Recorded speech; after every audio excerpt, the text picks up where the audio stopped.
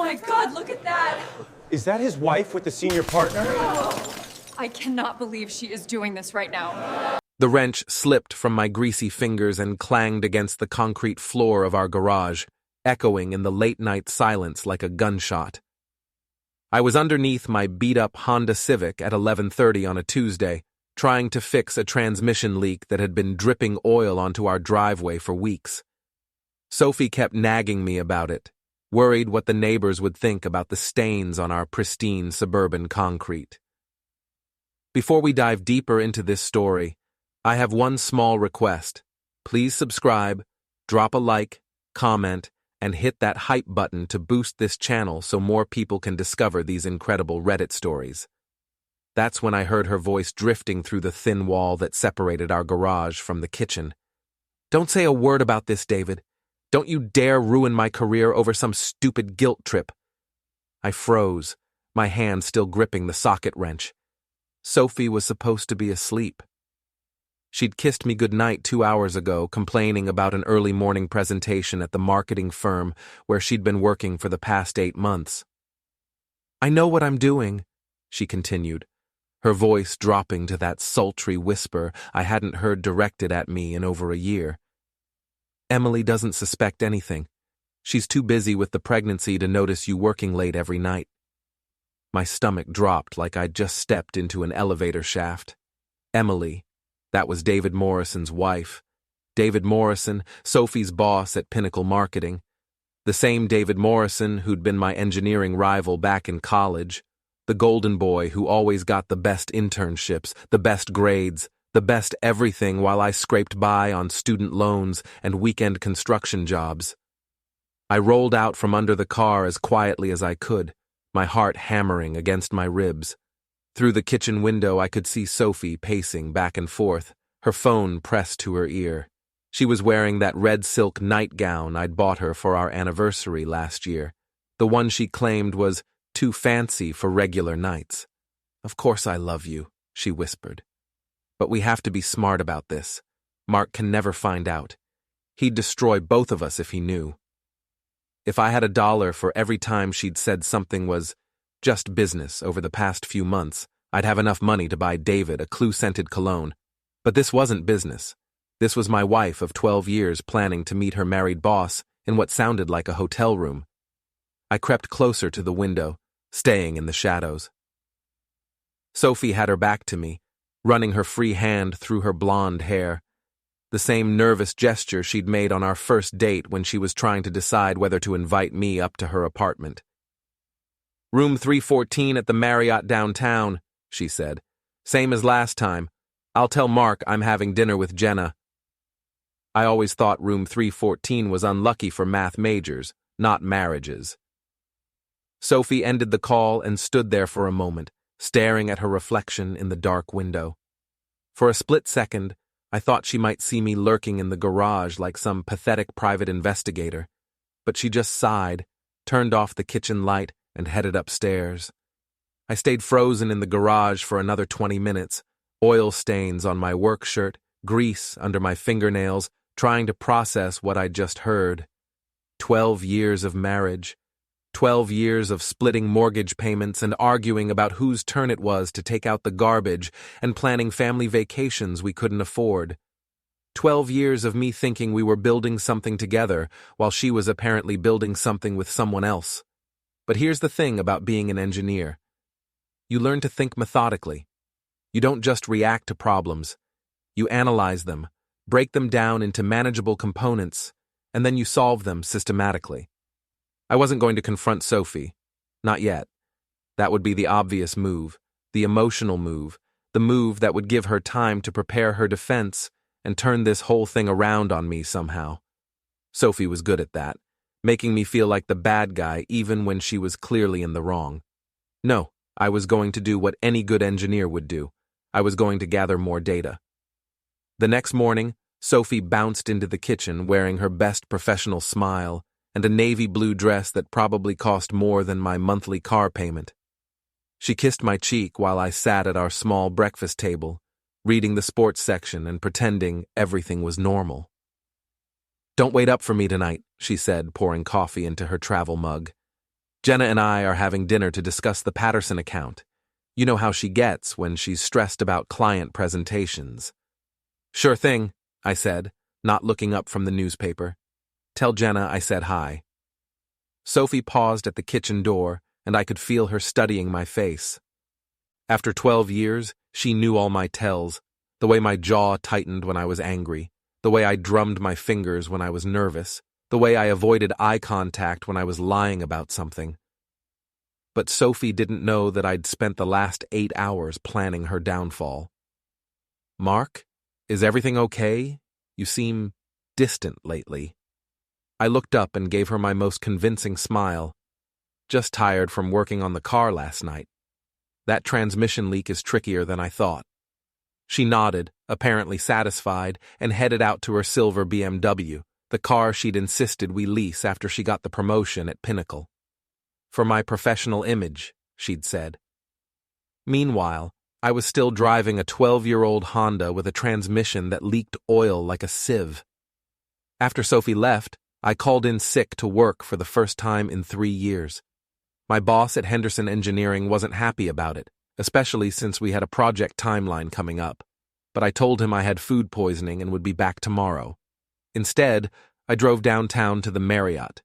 The hotel was one of those generic business-class places with a marble lobby and overpriced coffee shop.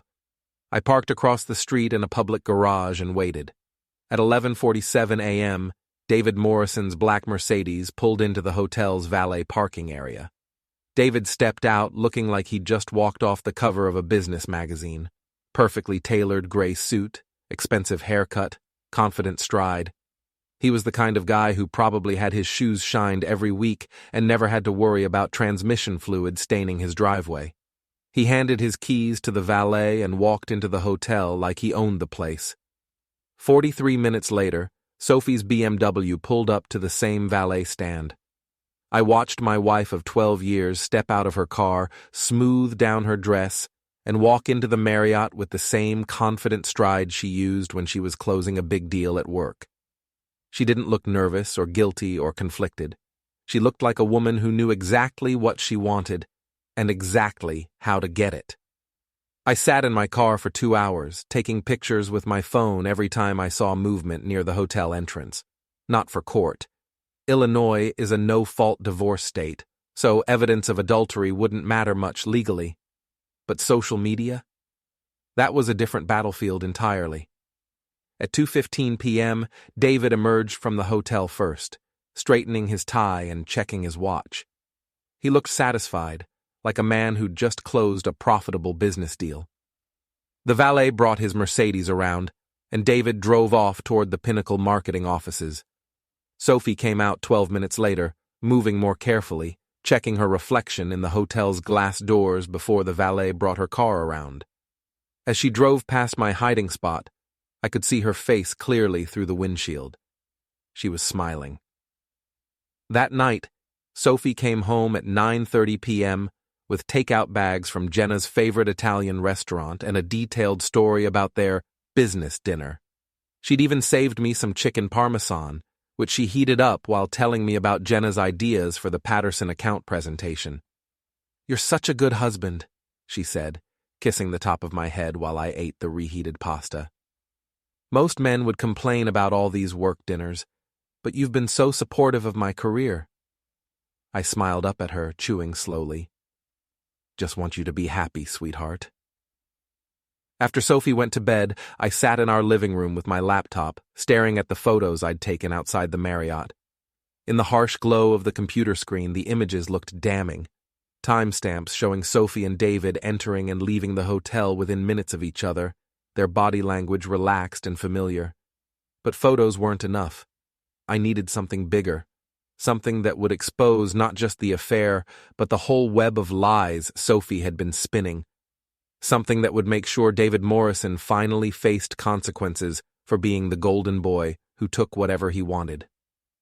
I opened a new browser window and started researching.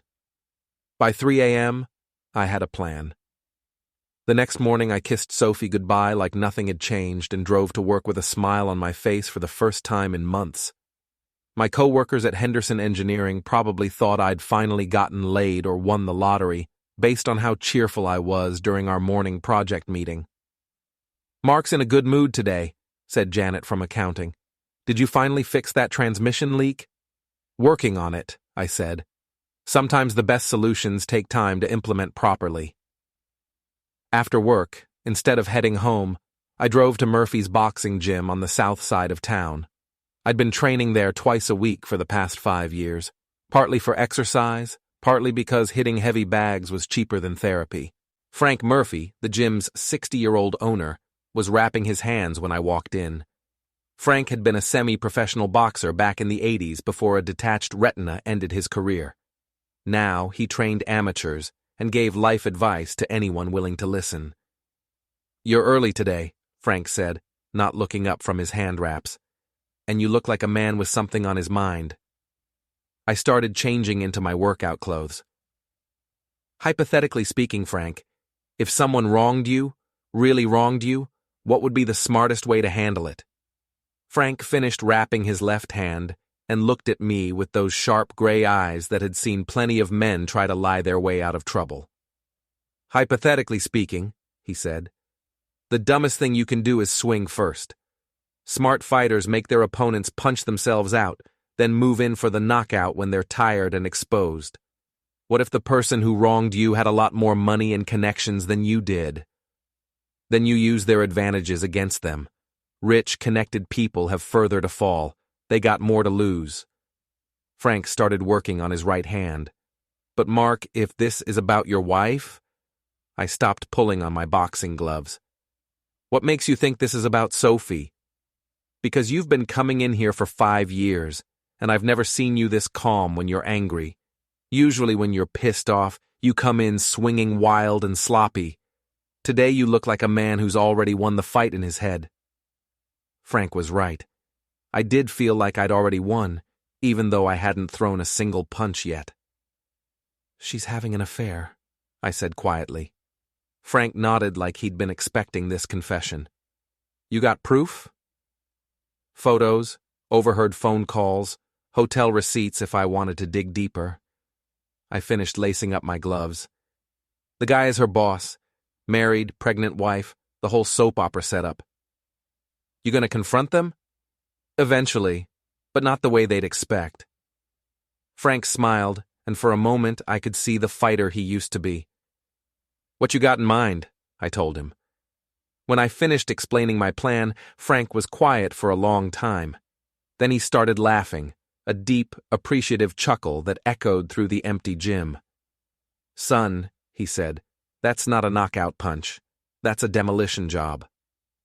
The first phase of my plan required patience and social engineering.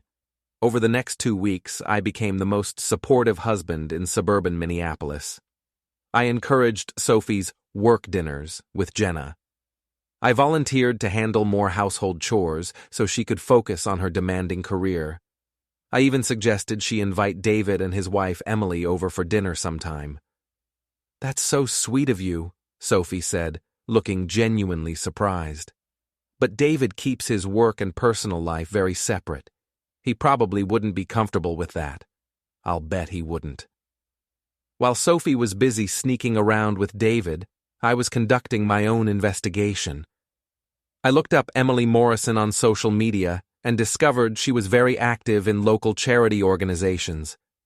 She posted frequently about her pregnancy, her excitement about becoming a mother, and how grateful she was for her devoted husband, who was working so hard to provide for their growing family. Emily Morrison was beautiful, intelligent, and completely unaware that her devoted husband was spending his lunch breaks in hotel rooms with his subordinate. I also discovered that Emily volunteered every Saturday morning at the Riverside Animal Shelter, the same charity where Sophie had volunteered exactly twice before deciding it was too depressing. The following Saturday, I showed up at the animal shelter wearing my most innocent smile and a Henderson Engineering polo shirt. "I'm looking to volunteer," I told the coordinator, an enthusiastic woman in her 50s named Carol. "My wife Sophie used to help out here, and she always said it was very rewarding work." Carol's face lit up. Sophie. Oh, we haven't seen her in months. How is she doing? Great, really great. Her career is taking off at Pinnacle Marketing. Actually, her boss's wife volunteers here too, Emily Morrison. Sophie mentioned they'd met a few times. Emily. Yes, she's wonderful. She's here every Saturday morning. Such a dedicated volunteer, especially considering how busy she must be with the pregnancy. I spent the next 3 hours cleaning kennels and walking dogs, making casual conversation with Emily Morrison. She was exactly the kind of person Sophie used to be before her career ambitions turned her into someone I barely recognized. Warm, genuine, more interested in helping abandoned animals than climbing corporate ladders. Your wife works at Pinnacle? Emily asked while we were refilling water bowls. That's where my husband David works. He's always talking about how hard everyone there works. Sometimes I worry he's pushing himself too hard, staying late so many nights. Sophie's the same way, I said. All these client dinners and late meetings. I keep telling her she needs to find a better work-life balance. Emily nodded sympathetically. David says the marketing industry is just very demanding. Lots of client entertainment, networking events, that sort of thing. Exactly, I said. Just last week, Sophie had dinner with one of her colleagues to discuss a big account. They were out until almost 10 p.m. Was that Tuesday night? David didn't get home until after 10 either. He said he was reviewing proposals for the Patterson account. I managed to keep my expression neutral, but inside I was smiling. The Patterson account, the same one Sophie had supposedly been discussing with Jenna during their business dinner. Small world, I said. I'm sure they were both working very hard that night. Emily smiled, completely missing the double meaning. I'm just grateful David is so dedicated to providing for our family. With the baby coming, it's important to know I can count on him. After volunteering, I drove straight to an electronics store and bought a small digital recorder, the kind court reporters use for depositions. Then I stopped at my old college buddy Eli's computer repair shop. Eli Patterson. Yes, the same Patterson whose account Sophie and David were supposedly working so hard to land. Had been my roommate freshman year before he dropped out to start his own business. He was one of those naturally gifted programmers who could make computers do things their manufacturers never intended. Mark. Long time no see, man. Eli looked exactly the same as he had 20 years ago, thin, pale, with thick glasses and an energy drink addiction. What brings you to my humble kingdom of broken laptops and virus-infected desktops? I need a favor, I said. A slightly unethical, but completely legal favor. Eli's eyes lit up. My favorite kind. What do you need? I explained what I wanted. Nothing illegal. Nothing that would violate any laws, just some creative applications of publicly available technology. Dude, Eli said when I finished. That's diabolical. I love it. Can you do it? Can I do it? Mark, I once hacked my high school's computer system to change my girlfriend's chemistry grade. This is child's play. We shook hands, and I left Eli's shop feeling like a general who'd just secured a crucial alliance. That night, Sophie came home late again, full of apologies and explanations about another client emergency. She was getting sloppy with her lies, mixing up details, forgetting which stories she'd told me before. The guilt was starting to wear on her, making her careless. How was your day? She asked while getting ready for bed. Pretty good, I said. I volunteered at the animal shelter, met some interesting people. Sophie paused while brushing her teeth. The animal shelter? I thought you said volunteering there was too depressing. That was you who said that, sweetheart. I said I thought it might be rewarding to help animals in need. She finished brushing and rinsed her mouth, avoiding eye contact in the bathroom mirror. Well, that's really nice of you, Mark. Very charitable. I met Emily Morrison there. David's wife? She mentioned you work with her husband. Sophie's hand froze on the light switch. Emily Morrison? Lovely woman. She's pregnant, really excited about starting a family. She talks about David like he's the perfect husband, working late all the time to provide for their future. That's nice, Sophie said quietly. She mentioned David was working late last Tuesday night, same night as your dinner with Jenna. Funny coincidence. Sophie turned off the bathroom light and walked past me toward the bed. Not really. Lots of people work late on Tuesdays. I smiled in the darkness as she settled under the covers with her back to me. You're right, I said. I'm sure it was just a coincidence. But my tone suggested I didn't believe in coincidences at all. The third week of my investigation, I started moving money. Not stealing, I'm not a criminal. But Sophie and I had 3 joint accounts, checking, savings, and a money market account we'd been building for the down payment on a bigger house. Over the course of 5 days, I systematically transferred my half of everything into a new individual account at a different bank. Legally, I was entitled to 50% of our marital assets. Ethically, I figured Sophie had forfeited her right to financial security the moment she started screwing her boss in hotel rooms. I also canceled my direct deposit from Henderson Engineering and had my paychecks sent to the new account. If Sophie noticed the missing money, she didn't mention it. She was too distracted by her secret romance to pay attention to mundane things like household finances. While I was securing my assets, Eli was working his technical magic. He'd installed a small program on Sophie's laptop. Nothing illegal, just a keylogger that recorded her passwords when she typed them. Within a week, I had access to her email, her social media accounts, and her text messages. Reading through Sophie's digital life was like watching a train wreck in slow motion. The affair had been going on for 4 months, starting with innocent flirtation during late work sessions and escalating to regular hotel meetings twice a week. Sophie and David had their own private language of inside jokes and sexual references. They'd exchanged nude photos. They'd made plans for a weekend getaway to Chicago, which Sophie intended to disguise as a business conference. But the most damaging evidence wasn't the sexual content. It was the emotional intimacy. Sophie wrote to David like he was the love of her life, like their affair was some grand romantic adventure instead of a tawdry betrayal of 2 marriages. I've never felt this way about anyone. She'd texted him just 3 days ago. Mark is a good man, but he's so ordinary. You make me feel alive in ways I forgot were possible. Ordinary. 12 years of marriage, and that's how she saw me. Ordinary. I printed out the most incriminating messages and stored them in a safety deposit box, along with copies of the hotel photos and a detailed timeline of Sophie's lies.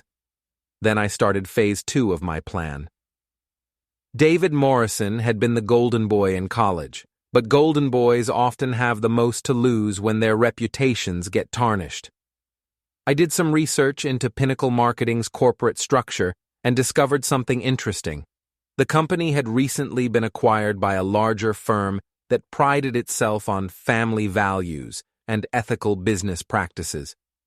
I also learned that David's position as regional director made him responsible for maintaining professional standards within his department. Sleeping with a subordinate wasn't just adultery. It was a violation of company policy that could cost him his job. But I wasn't ready to play that card yet. First, I wanted to watch David squirm a little. I started small, anonymous tips to Pinnacle's HR department about inappropriate workplace relationships and potential conflicts of interest in the marketing division. Nothing specific enough to trigger an immediate investigation, just enough to make HR start paying closer attention to David's management style. I also began a subtle campaign of psychological warfare. I sent David anonymous emails at work.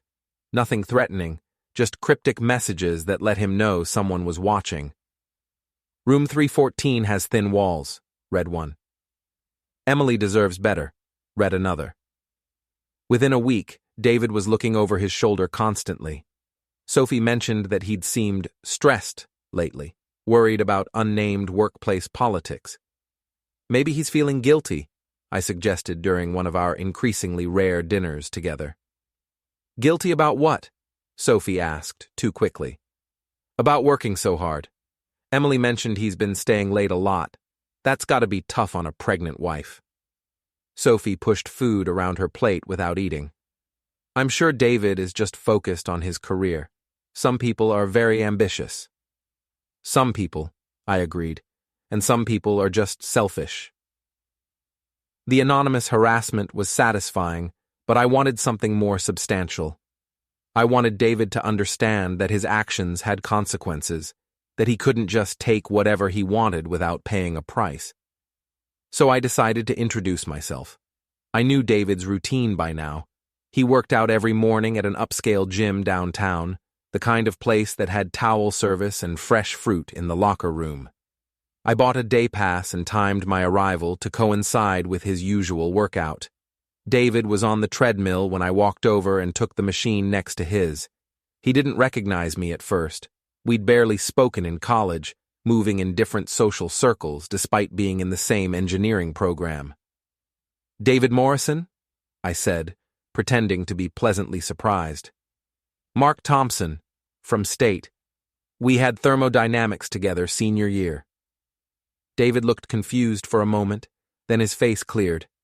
Mark, wow, small world. What brings you to downtown Minneapolis? I work at Henderson Engineering now. Live in Maple Grove with my wife Sophie. At the mention of Sophie's name, David's step faltered slightly on the treadmill. He recovered quickly, but I caught the momentary panic in his eyes. Sophie Thompson, I continued conversationally. She works in marketing now. Pinnacle, I think? Maybe you know her. Pinnacle's a big company, David said carefully. I might have met her at company events. She's mentioned her boss a few times. David something. Morrison, maybe. Could that be you? David was sweating more than his moderate treadmill pace warranted. I do work at Pinnacle. Small world, like I said. Very small, I agreed. Sophie's always talking about how dedicated her boss is. Working late, weekend meetings, really going above and beyond for the company. We all work hard in marketing. I'm sure you do. Sophie certainly puts in long hours. Just last week she had a dinner meeting that ran past 10 p.m. Very dedicated to her career. David stopped his treadmill and grabbed his towel. Well, it was good seeing you, Mark. I should get going. Early meeting today. Of course, I said, still running at a steady pace. Give my regards to your wife. Emily, right? I met her at the animal shelter. Lovely woman, very excited about the baby. David went completely pale. You know Emily? We volunteer together on Saturdays. She talks about you all the time. What a devoted husband you are. How hard you work to provide for your growing family. She's very lucky to have someone so committed to their marriage. David mumbled something about being late and practically fled the gym. I finished my workout with a smile on my face. That afternoon, Sophie came home early from work, looking agitated. Everything okay? I asked. David's been acting strange lately, paranoid, distracted.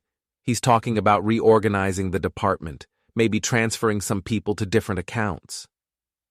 Maybe he's having personal problems, I suggested. Married men sometimes get overwhelmed by responsibility. Sophie shot me a sharp look. What's that supposed to mean? Nothing specific. Just that balancing work and family can be stressful, especially when there are complications. What kind of complications? I shrugged and went back to reading my newspaper. I wouldn't know. I'm just an ordinary engineer. The word ordinary hung in the air between us like a challenge. Sophie stared at me for a long moment, and I could see her trying to figure out if I was sending her a message or just making conversation. Mark, she said slowly, is there something you want to ask me? I looked up from the sports section and gave her my most innocent smile. About what, sweetheart? Sophie opened her mouth to say something, then closed it again. She was trapped between her guilt and her fear, afraid to confess, but equally afraid that I already knew the truth. Nothing, she said finally. I'm just tired from work. You should get more rest, I said. All those late nights are catching up with you. That evening, I received a text from an unknown number. "We need to talk. D." I deleted the message without responding. David Morrison was finally starting to understand that he wasn't in control of this situation anymore. But I wasn't done with him yet. Not even close. David Morrison made his first real mistake the following Tuesday when he showed up at my house. I was in the garage, actually working on my transmission leak this time, when I heard a car door slam in our driveway. Through the garage window, I saw David climbing out of his black Mercedes, looking around nervously like he expected neighbors to be watching. He was right to be paranoid. Mrs. Chen from next door was definitely peeking through her kitchen curtains. I wiped my hands on a shop rag and walked outside to meet him. David had traded his usual expensive suit for khakis and a polo shirt, probably thinking casual clothes would make him look less threatening. Instead, he just looked like an executive trying to cosplay as a normal person. "Mark," he said, attempting a friendly tone. "Thanks for agreeing to meet." "I didn't agree to anything," I said. "You just showed up at my house uninvited." David glanced around nervously. "Can we talk inside? This is kind of a private matter." "My garage is private enough. What do you want, David?" He took a deep breath, like he'd rehearsed this conversation. "I think there's been some misunderstanding between us. The things you said at the gym, the messages you've been sending." "What messages?" "Come on, Mark. We both know what's going on here." I crossed my arms and leaned against my workbench. "Why don't you explain it to me?" David's composure cracked slightly. "Look, I know you're upset about Sophie working late, but there's nothing inappropriate happening. We're colleagues, nothing more." "Did I say there was something inappropriate happening?" "You implied." "I implied that you work hard and Sophie works hard. I complimented your dedication to your family. If you're reading something inappropriate into that, maybe the problem isn't with what I'm saying." David ran a hand through his perfectly styled hair. "The anonymous messages, Mark. The emails about hotel rooms and Emily deserving better. That's harassment." "You think I sent you anonymous messages?" "Who else would—" "David," I said, stepping closer to him. "If I had something to say to you, I'd say it to your face. I wouldn't hide behind anonymous emails like some coward." He backed up a step, bumping into his car. "Then who?" "Maybe you should ask yourself why you're so paranoid. Maybe you should ask yourself what you've done that makes you think someone might be watching you." David's face went red. "I haven't done anything wrong." "Then why are you here? Why are you so worried about what some ordinary engineer thinks about your work relationship with his wife?" There was that word again. Ordinary. I could see David remembering Sophie's text messages, realizing that I might have seen them. "Mark, if you know something—" "I know a lot of things, David. I know you drive a Mercedes that costs more than I make in a year. I know you live in a house that's probably worth 3 times what this place is worth. I know your wife thinks you're the perfect husband." I stepped closer again, and this time David couldn't back up any further. "I also know that men like you think you can take whatever you want without consequences. You think ordinary people like me are too stupid or too weak to fight back. That's not— But here's something you might not know about ordinary people, David. We're a lot smarter than you think. And when you push us too far, we push back in ways you never see coming." David's voice dropped to a whisper. "Are you threatening me?" I smiled. Not a friendly smile, but the kind of smile a shark might give a swimmer. "I'm just having a conversation with my wife's boss, making sure we understand each other." David fumbled for his car door handle. "This isn't over, Mark." "You're right," I said. "It's not." I watched him drive away, his Mercedes engine purring expensively as he fled my middle-class neighborhood. Mrs. Chen was still watching from her window, probably wondering why Sophie's boss looked so rattled after such a short visit. That evening, Sophie came home in a panic. David said you confronted him today, she said before she'd even taken off her coat. He said you made threats. I invited him into our garage and had a polite conversation. If he felt threatened by politeness, that says more about his guilty conscience than it does about me. Sophie stared at me like she was seeing a stranger. Guilty conscience about what? You tell me, Sophie. You're the one who works with him every day. You're the one who has all those late-night business dinners and weekend meetings. Those are legitimate work. I'm sure they are, I said calmly. Just like I'm sure David's wife Emily would understand if she knew about all the extra effort you two put in together. Sophie went completely still. What did you say to Emily? Nothing yet. We just volunteer together on Saturdays, talk about our spouses, share stories about married life. She's very proud of David's work ethic. Mark, you need to stay away from Emily. Why? She's a lovely person, very trusting, very devoted to her marriage, the kind of woman who deserves complete honesty from the people she loves. Sophie's hands were shaking. If you're trying to imply something, I'm not implying anything. I'm stating facts. Emily Morrison deserves honesty. David Morrison deserves consequences. And you, Sophie, deserve to understand that actions have prices. What do you want from me? I looked at my wife, really looked at her, maybe for the first time in months. She was still beautiful, still the woman I'd fallen in love with 13 years ago. But there was something different in her eyes now, something calculating and desperate that hadn't been there before her career took off. I want you to tell me the truth, I said quietly. For a moment, I thought she might actually do it. I could see her weighing her options, trying to decide if confession might be easier than whatever game we were playing. Then her phone buzzed with a text message. Sophie glanced at the screen, and I saw her face harden. Whatever David had written, it had convinced her to keep lying. There's nothing to tell you, Mark. David is my boss, nothing more. If you keep harassing him, he could file a complaint with the police.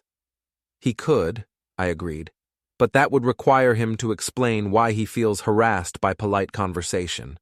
It would require him to go on record about what he's afraid I might discover. Sophie grabbed her purse and headed for the stairs. I'm not doing this anymore. When you're ready to act like a rational adult, we can talk. Sophie, I called after her. She stopped on the bottom step. Next Saturday is our anniversary, I said. 12 years. I was thinking we should have a party. A party? Nothing fancy. Just close friends, maybe some people from work. David and Emily could come, Jenna, your parents. A nice, intimate gathering where everyone can celebrate our marriage. Sophie's knuckles were white where she gripped the banister. I don't think a party is a good idea right now. Why not? Don't you want to celebrate 12 years of marriage? Of course I do. But, great. I'll send out invitations tomorrow. I watched Sophie climb the stairs, her shoulders rigid with tension. She was trapped now, caught between her affair and her public image. If she refused to celebrate our anniversary, it would look suspicious. If she agreed to the party, she'd have to spend an entire evening pretending to be a devoted wife while her lover and his pregnant wife watched. Either way, she was going to suffer. And David Morrison was about to learn that ordinary people could be very creative when it came to revenge. I sent out the anniversary party invitations on Wednesday morning, elegant cardstock with gold lettering, the kind Sophie would have chosen if she'd been planning the party herself. The guest list was carefully curated. Sophie's parents, my parents, Jenna, 3 couples from our neighborhood, 2 co-workers from Henderson Engineering, and David and Emily Morrison. A celebration of 12 wonderful years of marriage, the invitation read. Join us for an evening of love, laughter, and cherished memories. Sophie found the stack of extra invitations on our kitchen counter when she came home from work. Mark, what is this? Party invitations. I told you I was sending them out. She flipped through the guest list, and I watched her face go pale when she reached David and Emily's names. You can't invite them, she said. Why not? You're always talking about what a great boss David is, And Emily is lovely. I think you two would really hit off if you got to know each other. It's inappropriate to invite my boss to a personal party. David didn't seem to think personal and professional boundaries were that important when he showed up at our house uninvited. Sophie set the invitations down with shaking hands. Mark, please, don't do this. Don't do what? Celebrate our marriage? Introduce you to new friends? I thought you'd be happy that I'm taking an interest in your career. This isn't about my career and you know it. I walked over to Sophie and took her hands in mine. They were cold and clammy, like she was going into shock. Then what is it about, sweetheart? For a moment, I thought she might finally break down and tell me everything. Confess the affair, beg for forgiveness, try to salvage what was left of our marriage. Part of me, a small, pathetic part that still remembered loving her, actually hoped she would. Instead, Sophie pulled her hands away and straightened her shoulders. Fine, she said. Have your party, but don't blame me if it turns out to be awkward. Why would it be awkward? No reason, Sophie said, but her voice sounded hollow. I'm sure it will be wonderful. The party was scheduled for Saturday night at 7 p.m. I spent the week preparing with the same methodical attention to detail I brought to engineering projects. I hired a catering service, rented extra tables and chairs, and strung lights in our backyard. To any observer, I looked like a devoted husband planning a romantic celebration. But I also spent time with Eli, fine-tuning the technical aspects of my plan. You're sure this will work? I asked, watching him test the equipment. Mark, I've been doing this for 20 years. Trust me, it's going to work perfectly. And it's completely legal? Completely legal. Morally questionable, maybe, but definitely legal. Friday night, Sophie came home late again, another client dinner that ran past 10 p.m. She was getting sloppy with her lies, probably too stressed about the party to maintain her usual careful deceptions. How was dinner? I asked when she finally got home. Fine, productive. We closed the Patterson account. That's great news. You should celebrate. Sophie kicked off her heels and rubbed her temples. I'm too tired to celebrate anything right now. Well, you can rest up tomorrow night after the party. Speaking of which, did David and Emily RSVP? Sophie froze in the middle of unbuttoning her coat. I don't know. I haven't talked to David about personal matters. That's strange. Emily mentioned at the animal shelter that they were planning to come. She seemed very excited about meeting you. You talked to Emily about the party. Of course. She volunteers with me every Saturday, remember? We're becoming good friends. Sophie stared at me with something that might have been fear or might have been hatred. It was getting harder to tell the difference. Mark, what are you really doing here? I'm throwing a party for my wife, our wife. 12 years of marriage deserves to be celebrated, don't you think? Saturday evening arrived with perfect weather, clear skies, mild temperature, just enough breeze to keep the backyard comfortable. I spent the afternoon setting up, arranging tables and chairs, testing the sound system, making sure every detail was perfect. Sophie spent the day at a spa, getting her hair and nails done. I want to look perfect for our anniversary, she'd said, but I could see the stress in her eyes. She was preparing for battle, not celebration. The first guests arrived at 7 p.m. sharp. Sophie's parents, followed by mine, then the neighbors and my co-workers. Everyone complimented the decorations, the catered food, the romantic atmosphere I'd created. Mark, this is beautiful, said my mother. Sophie is so lucky to have such a thoughtful husband. Sophie smiled and played the part of the grateful wife, accepting compliments and posing for photos. But I could see her checking her watch, scanning the crowd, waiting for the arrivals she was dreading most. David and Emily Morrison arrived at 7:45 p.m. Emily looked radiant in a blue maternity dress, her pregnancy giving her that glow expectant mothers are supposed to have. She carried a beautifully wrapped gift and wore the kind of genuine smile that comes from people who are truly happy for others. David looked like he was walking to his own execution. "Mark," Emily said, giving me a warm hug. "This is such a lovely party, and you must be Sophie." Sophie shook Emily's hand with a smile that looked painted on. "It's so nice to finally meet you. Mark's told me so much about your volunteer work. And David's told me so much about what a dedicated employee you are. He says you're one of the hardest workers at Pinnacle." I watched Sophie and David exchange a quick glance, the kind of look that passes between conspirators who are trying not to get caught. "Sophie is very dedicated," David said carefully. "We all work hard at Pinnacle." "Too hard sometimes," Emily said with a laugh. "I keep telling David he needs to find a better work-life balance. All those late nights and weekend meetings can't be good for his health." "I couldn't agree more," I said. "Sophie's been working late a lot, too. Just this week, she had dinner meetings on Tuesday and Thursday that ran past 10 p.m. Emily turned to Sophie with interest. "Tuesday and Thursday? Those were the same nights David was working late. What a coincidence." Sophie's smile faltered for just a moment. Small world. "It really is," I agreed. "In fact, I bet if we compared your schedules, we'd find all sorts of interesting coincidences." David cleared his throat. "Should we get some drinks? I could use a beer." "Great idea," I said. "Sophie, why don't you show Emily around the house while David and I grab drinks for everyone?" Sophie looked like she wanted to object, but she couldn't think of a polite way to refuse. She led Emily toward the house, while I guided David toward the makeshift bar I'd set up on the patio.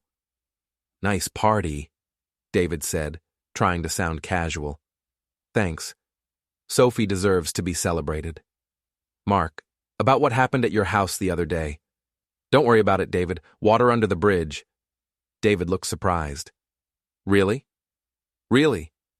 Tonight's about celebrating marriage, not dwelling on misunderstandings." I handed David a beer and raised my own in a toast. To marriage, to loyalty, to getting what we deserve. David clinked his bottle against mine, but I could see confusion in his eyes. He'd been expecting confrontation, threats, maybe even violence. My sudden friendliness was throwing him off balance. "To marriage," he echoed uncertainly. At 8:30, I called for everyone's attention and asked them to gather around the patio for a special presentation. 12 years ago, I began, Sophie and I promised to love, honor, and cherish each other through good times and bad. Tonight, I want to share some of my favorite memories from our marriage and some thoughts about what the future holds. I'd set up a laptop connected to a large monitor, ostensibly for showing photos from our wedding and early years together. Sophie stood beside me, smiling for our guests, but I could feel the tension radiating from her body. "Marriage is about trust," I continued, clicking to the first slide, a photo of Sophie and me on our wedding day, young and happy and full of hope. "It's about being honest with each other, even when the truth is difficult." Click. Another wedding photo, this one of Sophie laughing at something I'd whispered in her ear. "It's about supporting each other's dreams and ambitions, even when those ambitions lead us in unexpected directions." Click. A photo of Sophie at her college graduation, then another of her first day at Pinnacle Marketing. But most importantly, marriage is about loyalty, about keeping the promises we made to each other, no matter what temptations we might face. I could see David shifting nervously in the crowd. Emily was watching the slideshow with a warm smile, completely unaware of what was coming. "Sophie has always been very dedicated to her career," I continued.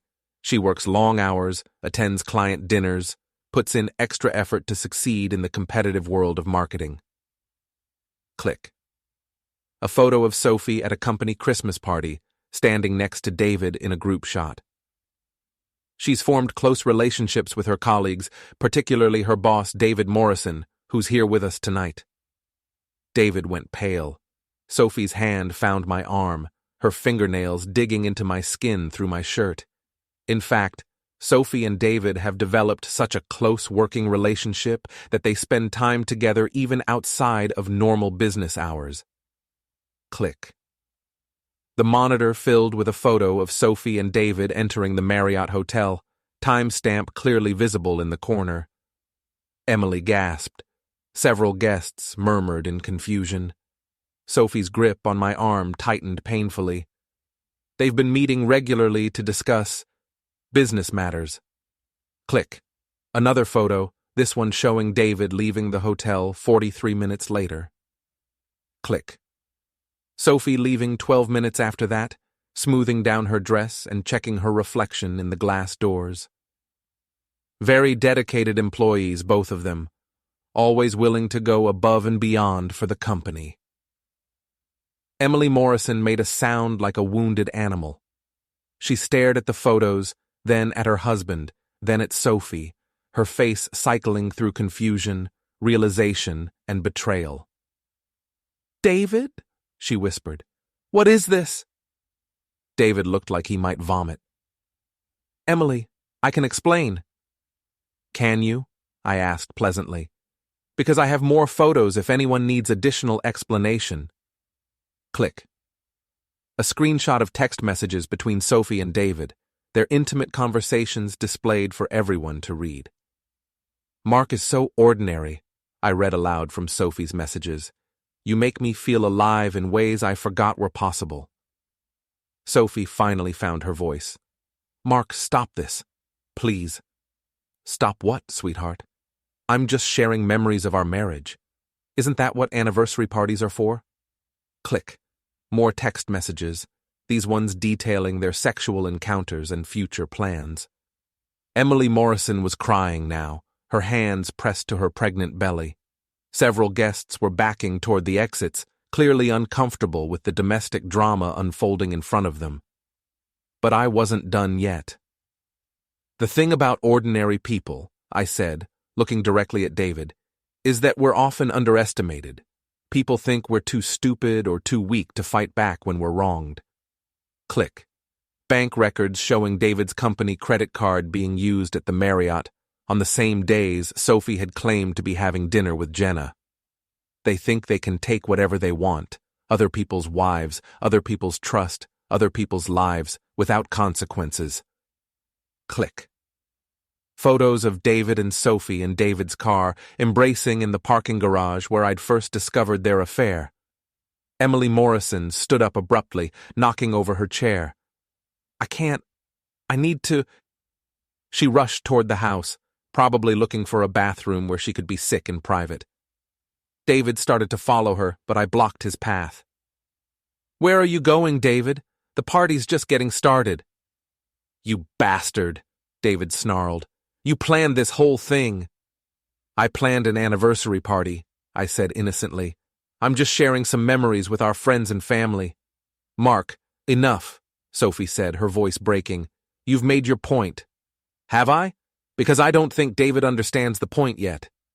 I turned back to our guests, most of whom were staring in shocked silence. "You see, David Morrison has always been the golden boy. Star student, successful career, beautiful wife, baby on the way. He's the kind of man who thinks the rules don't apply to him." David took a step toward me, his fists clenched. "Shut up, Mark."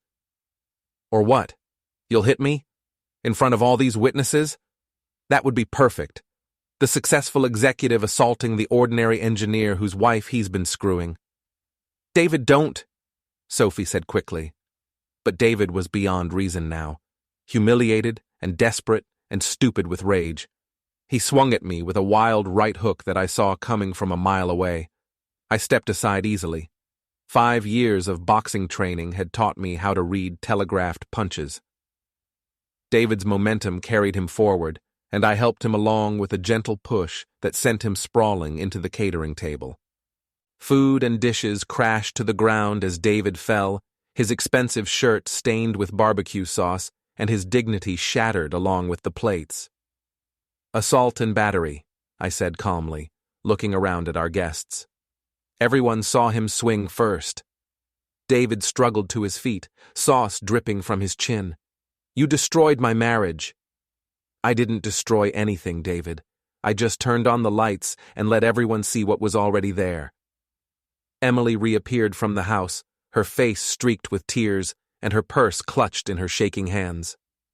I'm leaving, she announced to no one in particular. David, don't come home tonight. Don't come home until you figure out how to explain this to our unborn child. She walked through the crowd of stunned guests and out the front gate, her dignity intact despite everything that had just been revealed. David looked around desperately, as if searching for an ally or an escape route. Finding neither, he pointed a shaking finger at me. This isn't over, Mark. Yes, it is, I said quietly. Your marriage is over. Your job will be over once HR sees these photos. Your reputation is over. Your comfortable life is over. I stepped closer to him, close enough that only he could hear my next words. You wanted to take my wife? Fine. But you should have considered the cost first. Because ordinary people like me don't just roll over and fade when rich boys like you decide to ruin our lives. David opened his mouth to respond, then seemed to realize there was nothing left to say. He walked through the crowd of our guests, barbecue sauce still staining his shirt, and disappeared into the night. Sophie stood frozen beside the ruined catering table, tears streaming down her face. Mark, she whispered, how could you do this? I looked at my wife, my soon-to-be ex-wife, and felt nothing but cold satisfaction. The same way you could do what you did, Sophie, very carefully, and without giving a damn about who got hurt. The remaining guests began filing out, murmuring awkward goodbyes and avoiding eye contact. Within 20 minutes, Sophie and I were alone in our backyard, surrounded by the wreckage of our anniversary party and our marriage. What happens now? Sophie asked. Now you pack your things and find somewhere else to live. The house is in my name, and I've already moved our joint assets to accounts you can't access. You can't just throw me out. I'm not throwing you out. You threw yourself out the moment you decided David Morrison was worth more than 12 years of marriage. Sophie sank into one of the rental chairs, her perfect party dress wrinkled and her makeup smeared with tears. I never meant for this to happen, she said quietly. Yes, you did. You made a choice, Sophie. You chose David over me, excitement over stability, your career over our marriage. You just thought you were smart enough to avoid the consequences. I started gathering up the scattered plates and napkins, cleaning up the mess David had made when he fell into the catering table. But here's what you forgot about ordinary people, I continued. We might not be as smart or as successful or as exciting as golden boys like David. But we're patient, we're thorough, and when you push us far enough, we push back in ways you never see coming.